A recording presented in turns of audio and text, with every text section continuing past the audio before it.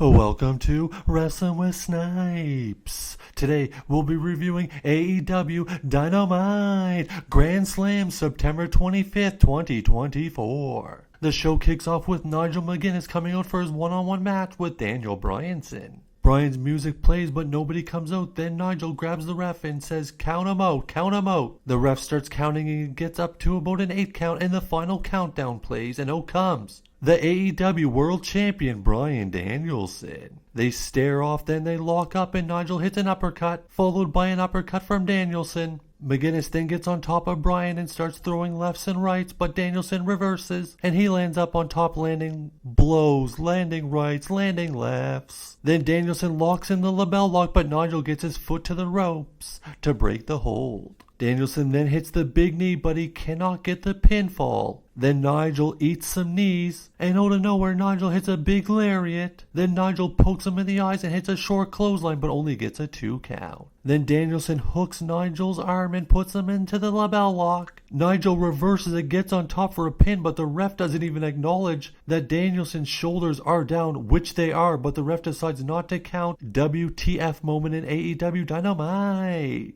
Then Danielson reverses it back into the label lock. Nigel says thank you, then taps out. Bryan Danielson picks up the victory over Nigel McGuinness. Then out of nowhere, Christian Cage comes out with his contract. Looks like he's about to sign the contract, but then Kip Sabian shows up out of nowhere and steals the pin. Christian then chases him. And after a break, next up, Hook defends the FTW Championship against Roderick Strong. Strong comes out with Taven and Bennett. Whatever happened to the Undisputed Kingdom? Man, they really screwed up with Wardlow. Strong starts the match off with a wrist lock.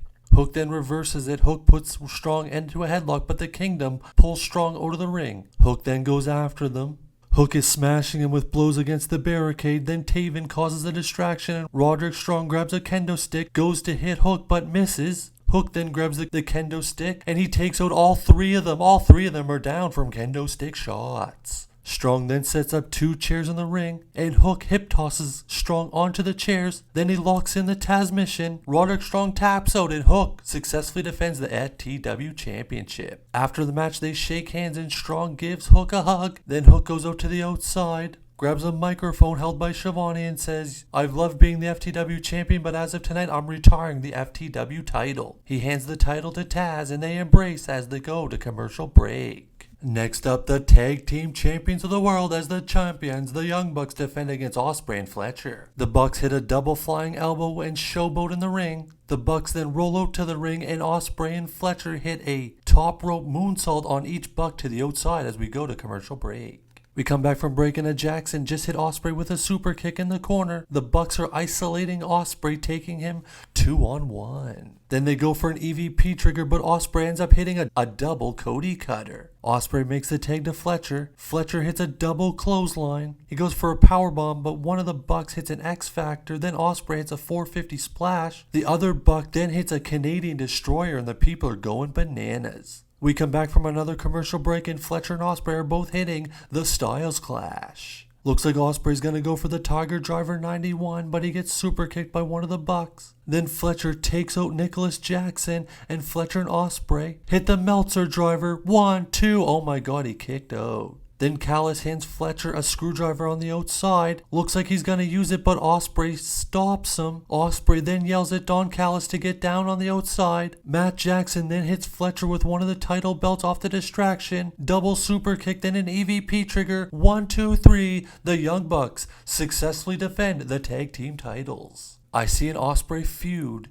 coming with Kyle Fletcher. Then we come back from break, and Tony Schiavone brings out Prince Nana. Nana is dancing, and he is loving life. He says it's good to be in New York City. In whose house? Swerve's house. He says Swerve is currently not cleared to come back. Whose house? Then MVP comes out, shocking the people. He says, allow me to reintroduce myself. He says Swerve is the most talented wrestler in AEW history. I know how good Swerve is, and all of his losses are not on him. They're all on his management. Nana looks upset, and MVP says, whoa, take it easy. When Swerve is ready to ascend to the top again, please give him my business card. MVP hands Nana his business card and says, let him know when he wants to talk business. Oh my. Next, we have a match for the Women's World title as the challenger, Yuka Sakazaki, against the champion, the Glamour, Mariah May. Yuka jumps off the top rope onto May before the match even begins. They get into the ring and we have a slap fest. May slides to the outside of the ring and pulls out Yuka. May then hits a running dropkick on the outside, tosses her into the ring, then goes for a Stratusfaction, but Yuka reverses it into a leg choke and is dangling from the ropes, but breaks it before the 5 count. May hits a very nice release German suplex for a 2 count. Yuka goes up for a splash, but May gets her knees up. May hits a running knee, then the Storm Zero. 1, 2, 3. Mariah May retains the championship. Then it looks like May is going to hit Yuka with the title, but out comes Willow Nightingale for the save. Willow and May go face to face. Then we hear Mina's music hits and May hits Nightingale off the distraction. She hits Nightingale with the title, and then we see Mina and May celebrate on the outside. Then it's time for the main event of the evening for Darby Allin's title shot at Grand Slam. Mox versus Darby Allin. Mox hits Allin with a big boot to start the match. Mox controls the majority of the match. Mox then somehow gets his arm caught in the ring post and Allin unloads elbows, dropping elbows on the elbow in the ring post. Allin then hits a suicide cannonball. He grabs a chair and sets it up. But before he can hit Mox with it, Shafir gets in the way. Mox then hits a body slam on the apron. We come back from break and Darby Allin, he takes flight. He drop kicks Mox, who's sitting on the chair on the outside of the ring that was set up earlier. Darby takes the turnbuckle padding and tosses it to the outside. Darby tries to hit Mox in the head, but Mox blocks it from his head hitting the exposed turnbuckle. Then we see Shafir removing the padding from the outside, exposing the concrete. Mox goes for a Death Rider, but Darby Allin escapes and goes for another suicide dive, but Mox sidesteps him, and Allin hits his back onto the concrete floor. Mox then slams Darby into the steel steps. Darby makes it in before the 10 count and battles back and goes for a coffin drop, but Mox catches him and puts him in a sleeper hold. Darby gets to the rope for a break. Darby then goes for a superplex off the top, but Mox reverses it mid-air into a Death Rider. Ref counts 1, 2, 3. Mox is the #1 contender. A guy then jumps in the ring in a hood and starts choking Mox, and it's Daniel Bryan, the heavyweight champion. Shafir jumps in the ring and starts choking Bryan. There's 2 chokeholds going on. Then we see Claudio and Pac jump in the ring to take Mox out of the choke from Bryan Danielson. Then Private Party come out with Commander to even the odds. A brawl breaks out to the outside, leaving Bryan and Mox in the ring all alone. Bryan goes for the running knee, but Claudio pulls Mox outside of the ring. Bryan grabs a mic and says, "Mox, you wanna where?